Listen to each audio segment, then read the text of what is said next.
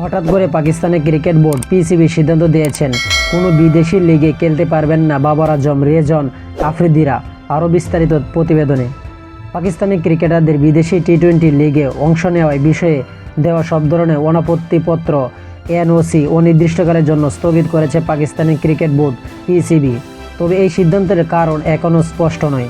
পিসিবির প্রধান পরিচালক কর্মকর্তা সুমাইর আহমেদ সৈয়দ গতকাল 29 সেপ্টেম্বর একটি নোটিশের মাধ্যমে খেলোয়াড়দের এবং তাদের এজেন্টদের এই সিদ্ধান্তের কথা জানান। নোটিশে বলা হয়েছে, পিসিবির চেয়ারম্যানের অনুমোদন সাপেক্ষে বিদেশি লিগেও টুর্নামেন্টের অংশগ্রহণের জন্য খেলোয়াড়দের সব অনাপত্তিপত্র পরবর্তী নির্দেশ না দেওয়া পর্যন্ত স্থগিত করা হলো। হঠাৎ কেন এমন সিদ্ধান্ত নেওয়া হলো তার কোনো কারণ পিসিবি জানায়নি। তবে ইউএনসিএন ক্রাইমফোককে পিসিবির কয়েকটি সূত্র জানিয়েছেন, পিসিবি নাকি পারফরমেন্সের ভিত্তিক একটি নতুন নীতিমালা তৈরি করছে, যার উপর ভিত্তি করে ভবিষ্যতে এনওসি দেওয়া হবে। বোর্ডের উদ্দেশ্য খেলোয়াড়েরা যেন বিদেশি লিগের চেয়ে জাতীয় দল ও ঘরোয়া ক্রিকেটের ভালো খেলার প্রতি বেশি মনোযোগ দেন। কিন্তু এই মূল্যায়ন প্রক্রিয়া কতদিন চলবে, তা কবে নাগাদ এনওসি দেওয়া শুরু হবে এ বিষয়ে কোনো তথ্য নেই। পিসিবির এই সিদ্ধান্ত অনেক খেলোয়াড়ের কপালে চিন্তার বাজ ফেলেছে।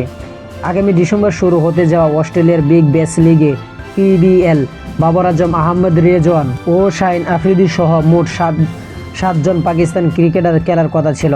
এছাড়া সংযুক্ত আরব আমিরাতে আইএল টি-20 নিলামের জন্য সংক্ষিপ্ত তালিকায় আছেন 18 জন পাকিস্তানের খেলোয়াড়। তাদের মধ্যে আছেন নাসিম শাহ, সাইম আয়ুব ও ফকর আজমের মতো তারকারা। এশিয়া কাপের ফাইনালে ভারতের কাছে পাকিস্তানের হারের পর এমন একটি সিদ্ধান্ত আসায় তা নিয়ে অনেক আলোচনা হচ্ছে। যদিও সংযুক্ত আরব আমিরাতে এশিয়া কাপের আগেই পাকিস্তান ত্রিদেশীয় টি-20 সিরিজ জিতেছে। অক্টোবরে পাকিস্তানের প্রথম শ্রেণীর ঘরোয়া টুর্নামেন্টের কায়েদে আজম ট্রফি শুরু হওয়ার কথা। যদিও টুর্নামেন্টে 22 সেপ্টেম্বর থেকে শুরু হওয়ার কথা ছিল, তবে সেটা পিছিয়ে অক্টোবরে নিয়ে যাওয়ার কথা হয়েছে। তো আশা করি যারা স্পোর্ট গেলে চ্যানেলটি সাবস্ক্রাইব করেন, সবাই স্পোর্ট গেলে চ্যানেলটি সাবস্ক্রাইব করবেন এবং ভিডিও ভালো লাগলে লাইক অ্যান্ড শেয়ার কমেন্ট করবেন। ধন্যবাদ সকলকে।